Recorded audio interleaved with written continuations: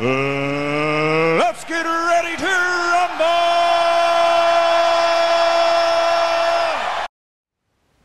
Welcome everybody, we're here once again with the very talented Alex Bad News Hughes, and we are very lucky today to be getting you a time on your day of birth. So happy birthday from myself and Paul and everyone else at Top Class Boxing to start off. Thank you guys. Have you had a good day?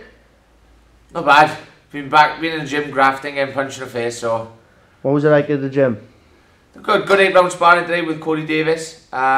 First one back, nice to shake off some cobwebs, but yeah, good day. After a nice busy Christmas. Doing what I love anyway, nice so. Start off, since injury sidelined you for so long in 2017, do you feel like you have to make up for lost time? Not really. Obviously I had 2 years out, but I still got age on my side. Do you mean I was only 24 when I come back, so do you mean it's I don't feel like I'm playing catch up. I'm 12-0. I'm 25 years of age. Do you mean a lot of people don't turn till they're 25, so exactly, no, I don't really feel like I'm playing catch up. No. There's no rush, never any rush. In your last 3 fights, you have recorded 3 knockout stoppages. What do you put that down to?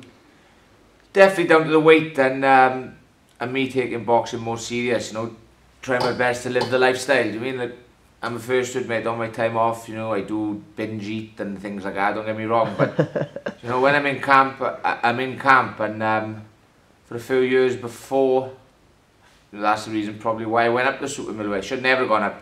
I'm a middleweight, and maybe took my foot a bit off of gas, and but I've come back down, and it's paid off. Do you mean in my last 3 fights, 3 first-round stoppages, so it's going to plan coming back down. Was there any views in the gym when you went up to super middleweight to just tell you it was the wrong choice, or?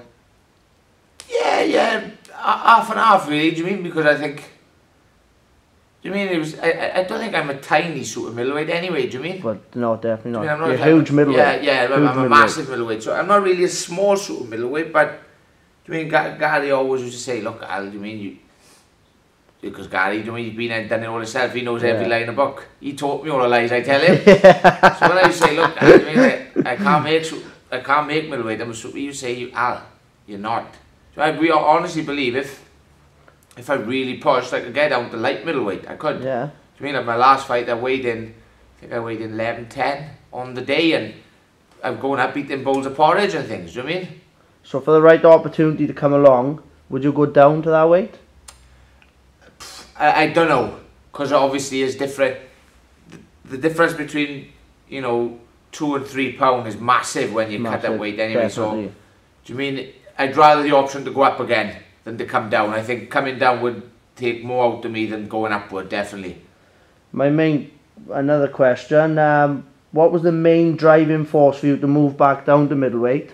And in the future, do you see yourself once more testing the waters at super middleweight? Just listening to my trainer, Gary. Do you mean he used to say, look, Al, you're not, don't try and tell me lies. Do you mean I know you can make it? Obviously you're cheating. And which, do you mean I was? Like I said, I'd go to the gym. I've always been a gym rat. I was in the gym with Gary every day, and I used to train hard. But then what I used to do with food when he's not around, he can't help, can he? Yeah. And he used to say to me, look, you make middleweight easy. You know, sometimes I'd weigh in the day before 12-2. What do you mean? I got love angles, man. It shouldn't be like that. Do you mean? Yeah. It shouldn't be like that. But if do you mean I'm only 25. I'm probably still developing and growing, probably. Do you mean? So, you know, in a few years, I might have to go up. Do you mean? But if I keep making middleweight comfy, I'll stay up. But obviously, like you said, if the right opportunity comes, I jump up there. Definitely. Like you said, there's only so much Gary can keep you in his eye. Exactly. You've got to look after yourself as well. Exactly, and I'm the first to admit that. In reality, how long do you think it will be before you're ready for a British middleweight title fight?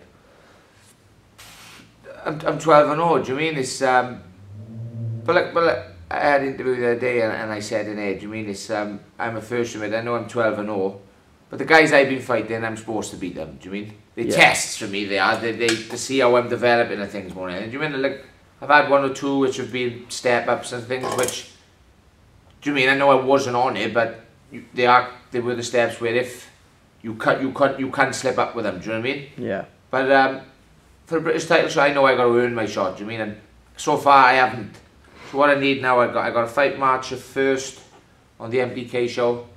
I'll have a nice decent opponent for that, and then we push on after that, and I want to start beating these top 15, top 10 boys, and then I'm there, and then I'll deserve my shot. It means maybe at the end of the year, I'll have my shot. Yeah, definitely. It will come.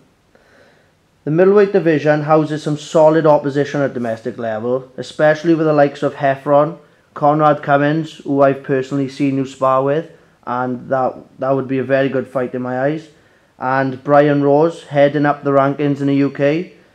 Tommy Langford, I hear, is moving up to super middleweight, but that's still a potential matchup for you maybe as well.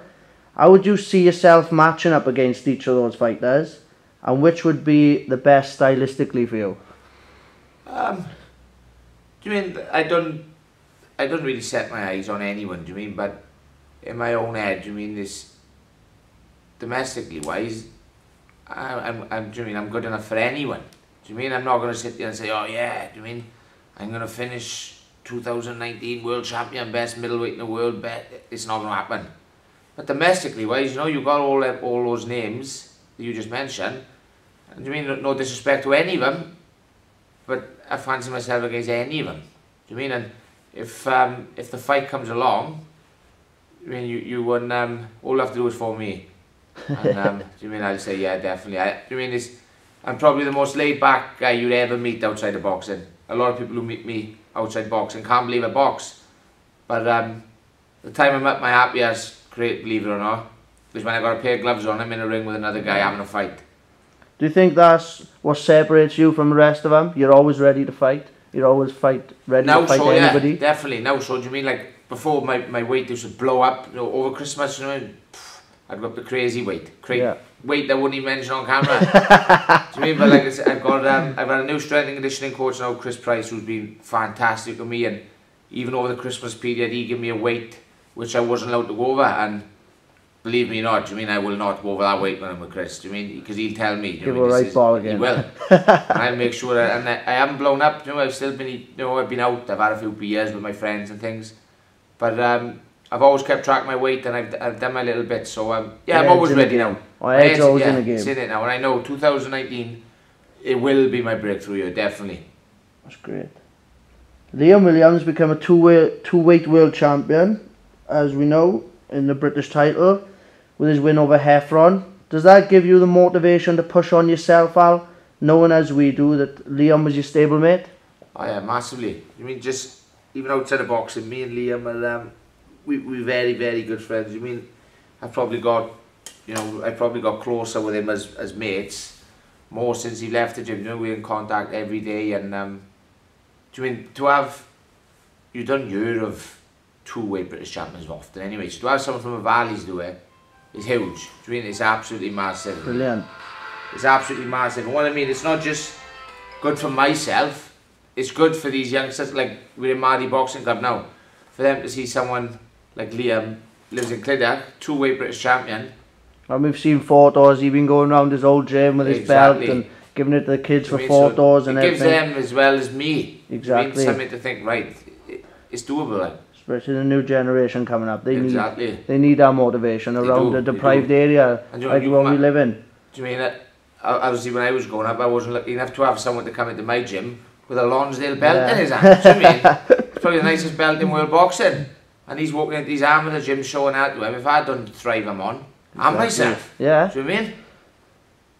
Your next fight will be in the Vale Sports Arena in Cardiff. Has any opponents been named or anybody looking to fight? Nothing as of yet. There could still be a slight chance of a title shot. It's on the books, do you mean? But if not, no opponents yet. But it's going to be an 8-round fight, and but whoever they, do you know what I mean? This whoever they put in front of me, I'm fit and I'm ready, and let's have a fight. Look out the middleweight division. Yeah.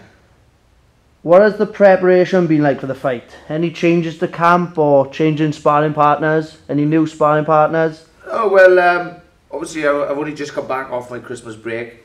Wasn't too out of shape on my first bar back today. Then surprisingly, for my first fight back, my first spar back, that shows how kind of shape I must have kept myself up, because I done 8 rounds with Cody Davis, who's fighting in 2 weeks, I believe, in America. So you know, he's on, he's at his peak at the minute, and I felt nice and good, and so obviously this is the first time we sparred in years. Me and Cody went up together through the amateur ranks. We were on the same teams and things, and it was nice to get some rounds in with him today. So I think when he fights and when he comes back, he's fighting in March, the week after me. So we probably spar with each other all the way out throughout camps. Now, do you mean? Yes, That'd be great. nice to me. Up at super middleweight, there is an exciting Welsh title at stake at Merthyr's Leisure Centre between Cody Davis, who we just mentioned, and Morgan Jones. Firstly, what do you think of both fighters? And putting you on the spot now, who do you see winning the fight? I think they both. First of all, you've got to give them both credit for taking it. You mean? And because there's so many people in boxing these days who are coming through, like myself and Cody Morgan, who don't want these 50-50 fights. You mean? They just think, oh, I've got to protect this all, and you mean, just get in and have a fight at the end of the day. So fair play to them both for taking it. You know, they're both good fighters. You mean? But I'd have to lean towards Cody. I think. Yeah. I think I would. Yeah, I think he.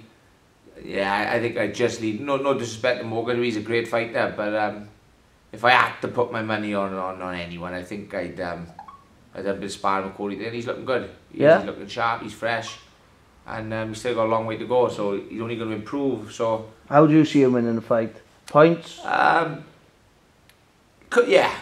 points. Maybe points. I mean, because Morgan's a good fighter. Do you mean he is? And, he's a very good, very good, very skillful, and do you mean? But I think Cody might just have a little edge on him. I think, yeah. Last of all, Kell Brook. What was it like sparring with him? You mean his experience? I can't buy. You mean it's great stuff, and now the Khan fight's come off. It haven't come off. I suppose he's probably going to be staying up at super welter. So I'm guessing when he gets his next fight announced, if it's against a big super welter, maybe someone like Jarrett Hurd, or I'm guessing that Who's huge for the weight. Who's massive for the weight. I think I'll be spending a lot of time out at Fuerteventura again next month. Cracking experience. Money can't buy it. Can't buy it, especially at this stage of my career. Do you mean? And that's all today. Thank you very much, Al, for your time, especially on your birthday. And big thank you to everyone watching. Thank you.